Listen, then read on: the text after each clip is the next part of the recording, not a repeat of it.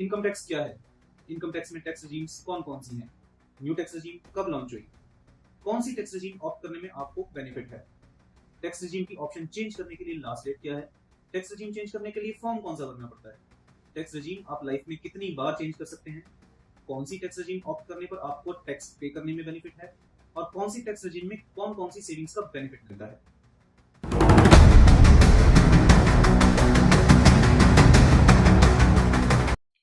दोस्तों, इन सारे सवालों के जवाब आपको मिलेंगे हमारे नए चैनल बचत का गणित टैक्स एंड इन्वेस्टमेंट। मैं विकास अग्रवाल, आपका दोस्त, बात करेंगे टैक्स के बारे में।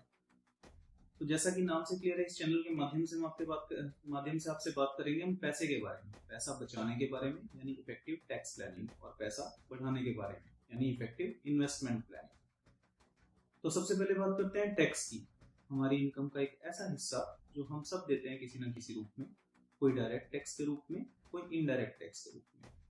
अब हम में से बहुत सारे लोग ऐसा कह सकते हैं कि जी हमारी इनकम तो टैक्सेबल ब्रैकेट में नहीं आती, यानी कि हम इतना कमाते ही नहीं कि हम उसके ऊपर टैक्स भरें।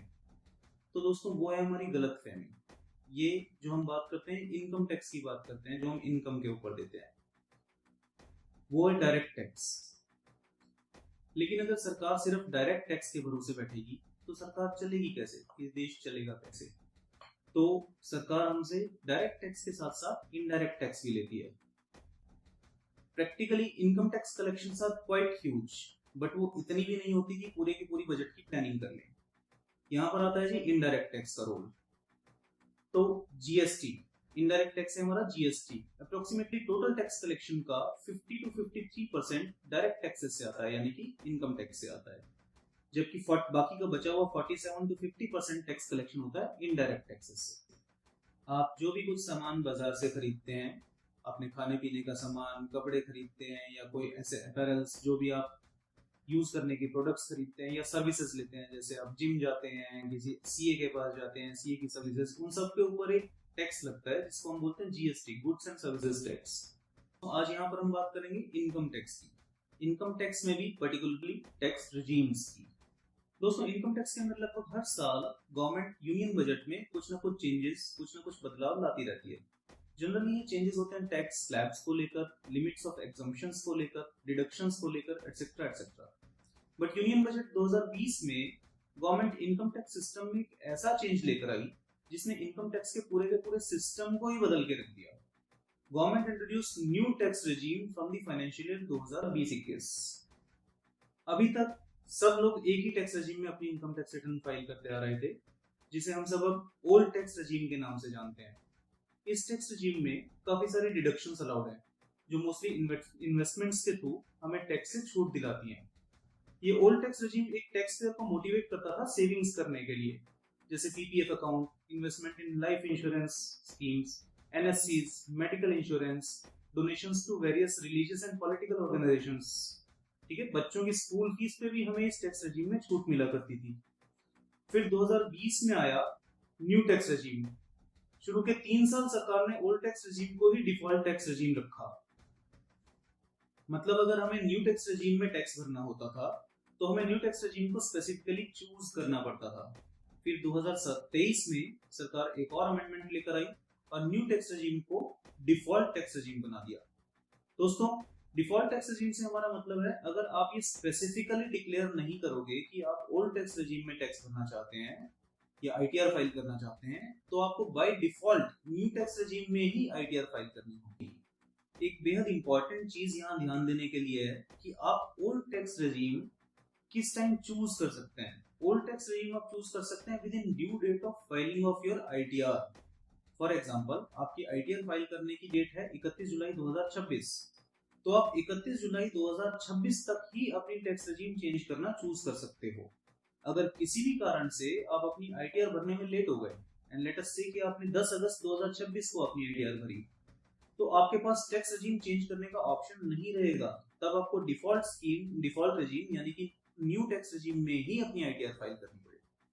दोस्तों, रेजिम चेंज करने को लेके एक बड़ा कंफ्यूजन ये रहता है कि कौन सा टैक्स पेयर इसे कितनी बार चेंज कर सकता है, यानी क्या ये रेजिम हर साल चेंज हो सकती है?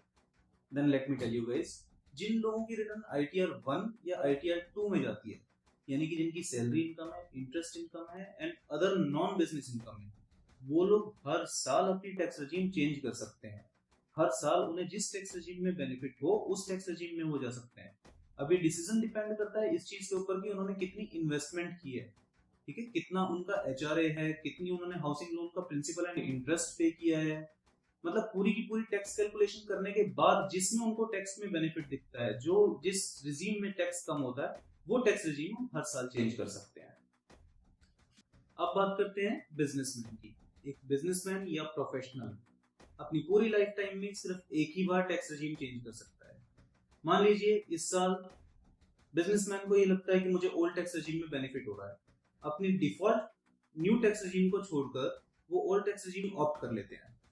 लेकिन नेक्स्ट किसी भी ईयर में मान लीजिए 2 साल बाद उनको ये लगता है कि मुझे वापस से न्यू टैक्स रेजिम में बेनिफिट हो रहा है, तो वापस न्यू टैक्स रेजिम में तो आ सकते हैं, लेकिन उसके बाद अपनी पूरी लाइफ टाइम में वो कभी भी अपनी ओल्ड टैक्स रेजिम में नहीं जा पाएंगे दोबारा। ये बिजनेसमैन के लिए रिस्ट्रिक्शन है। जो भी आईटीआर 3 फाइल करते हैं वो टैक्स रेजिम सिर्फ एक ही बार फाइल कर सकते हैं, ठीक है। अब टैक्स रेजिम चेंज करने के लिए हमें ऑनलाइन एक फॉर्म भरना पड़ता है जिसका नाम है फॉर्म 10IEA। दोस्तों ध्यान से नोट कर लीजिएगा, फॉर्म 10IEA।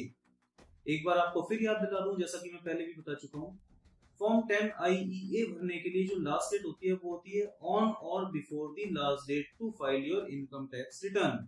ये डेट निकलने के बाद टैक्स रिजीम चेंज करने का मौका अगले साल ही मिलेगा। दोस्तों ये तो बात हुई टैक्स रिजीम सेलेक्ट करने की। अब बात करते हैं दोनों टैक्स रेजिम्स में डिफरेंस क्या है, कौन से ऐसे फैक्टर्स हैं जिसपे डिपेंड करता है कि कोई ओल्ड टैक्स रेजिम सेलेक्ट करे या न्यू टैक्स रेजिम सेलेक्ट करे। तो दोस्तों जिस तरह से government of India her tax budget में न्यू टैक्स रेजिम को और ज्यादा टैक्स वाइज अट्रैक्टिव बनाती जा रही है, उस तरह से तो लग रहा है कि सरकार ओल्ड टैक्स रेजिम को धीरे धीरे फेज आउट ही करती जा रही है। But still, people have chance to select their preferred tax regime and take benefit of this dual tax regime system. Moreover जब से न्यू टैक्स रेजिम इंट्रोड्यूस हुआ है यानी कि सन 2020 से, तब से गवर्नमेंट ऑफ इंडिया ने ओल्ड टैक्स रेजिम में कोई नया बेनिफिट नहीं बढ़ाया है। यानी कि ओल्ड टैक्स रेजिम में जो टैक्स स्ट्रक्चर सन 2020 में चल रहा था वही आज भी चल रहा है। As an income tax practitioner हमारे पास सैलरीड क्लाइंट्स के हर साल क्वेरीज आती हैं कि हम कौन सा टैक्स रेजिम सिलेक्ट करेंगे। हम लोग उनकी income details, salary breakups, investment details और दूसरी डिटेल्स लेकर हम उनको एक गाइड करते हैं कि आपको कौन सी टैक्स रेजिम सेलेक्ट करनी चाहिए। तो आइए आज आपको बताते हैं कि कौन कौन से पॉइंट्स को ध्यान में रखना होता है टैक्स रेजिम सेलेक्ट करने के लिए। तो दोस्तों सबसे पहले पॉइंट आता है कि आपकी टैक्स सेविंग्स इन्वेस्टमेंट कितनी है। सेविंग इन्वेस्टमेंट यानी वो इन्वेस्टमेंट जो ओल्ड टैक्स रेजिम में आपको under chapter 6A tax rebate दिलाती थी। तो चैप्टर 6A में टैक्स रिबेट होती थी दोस्तों सेक्शन 80C, 80D और सेक्शन 80TTA में। सेक्शन 80C की इन्वेस्टमेंट में आती है आपके EPF, PPF, LIC, NSC, tax saving FDs, school college fees of your kids and principal repayment of your housing loan, ठीक है। तो इन सब चीजों की कंबाइंड लिमिट जो गवर्नमेंट ने सेक्शन 80C में तय की हुई है वो है 1,50,000 रुपए की। सेक्शन 80D में आते हैं investment on medical insurance for yourself, your dependent family members and your parents, और इसकी एग्जम्पशन लिमिट है, टोटल जो सीलिंग गवर्नमेंट ने सेट की हुई है वो है 75,000 रुपए। 25,000 रुपए का प्रीमियम आपके और आपके डिपेंडेंट फैमिली मेंबर्स के लिए और 50,000 रुपए का प्रीमियम है आपके पेरेंट्स के हेल्थ इंश्योरेंस के लिए। सेक्शन 80TTA में आता है सेविंग बैंक इंटरेस्ट। जी हाँ दोस्तों, ओल्ड टैक्स रेजिम में सेविंग बैंक इंटरेस्ट भी टैक्स फ्री है 10,000 रुपए तक।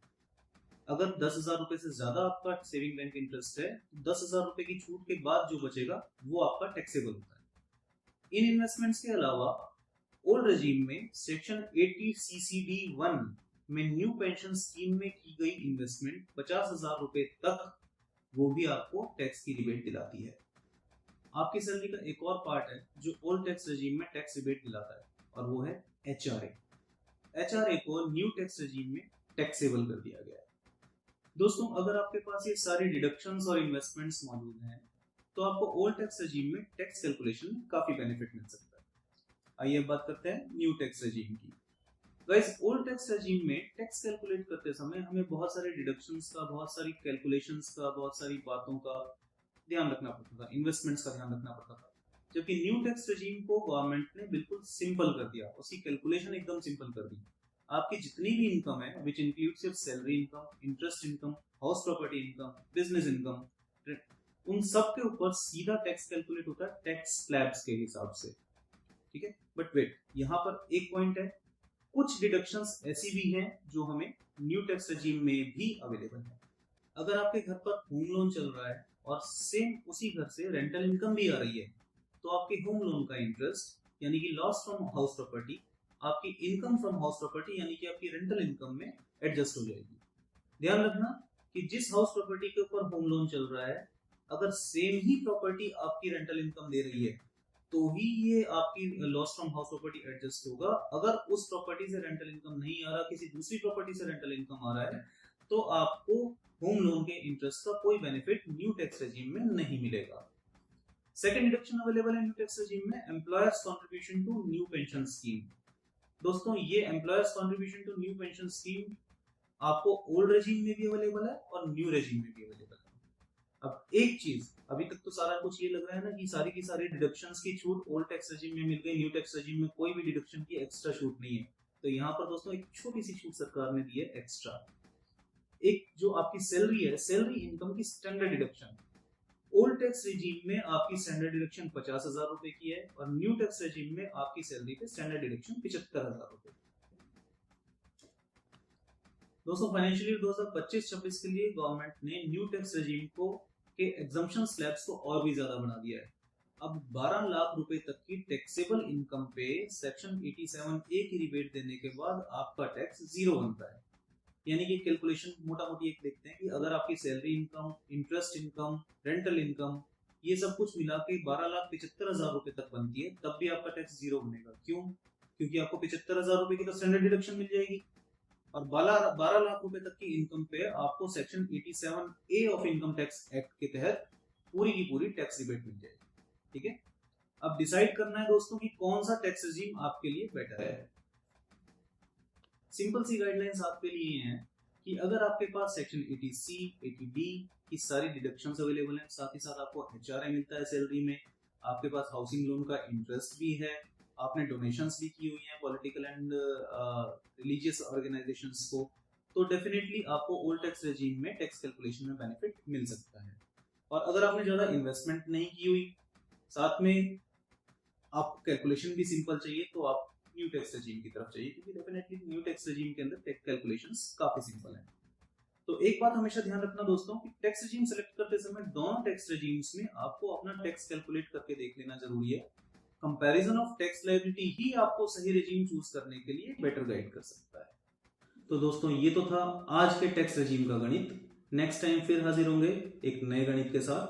सरकार ने 2026-27 फाइनेंशियल ईयर के लिए एक बल्क में इनकम टैक्स में चेंजेस किए हैं। ऐसे चेंजेस किए हैं जिनको देखकर लोगों को लग रहा है कि यार ये क्या किया, पूरा का पूरा टैक्स, और इनफैक्ट सरकार ने पूरा का पूरा एक्ट बदल दिया है।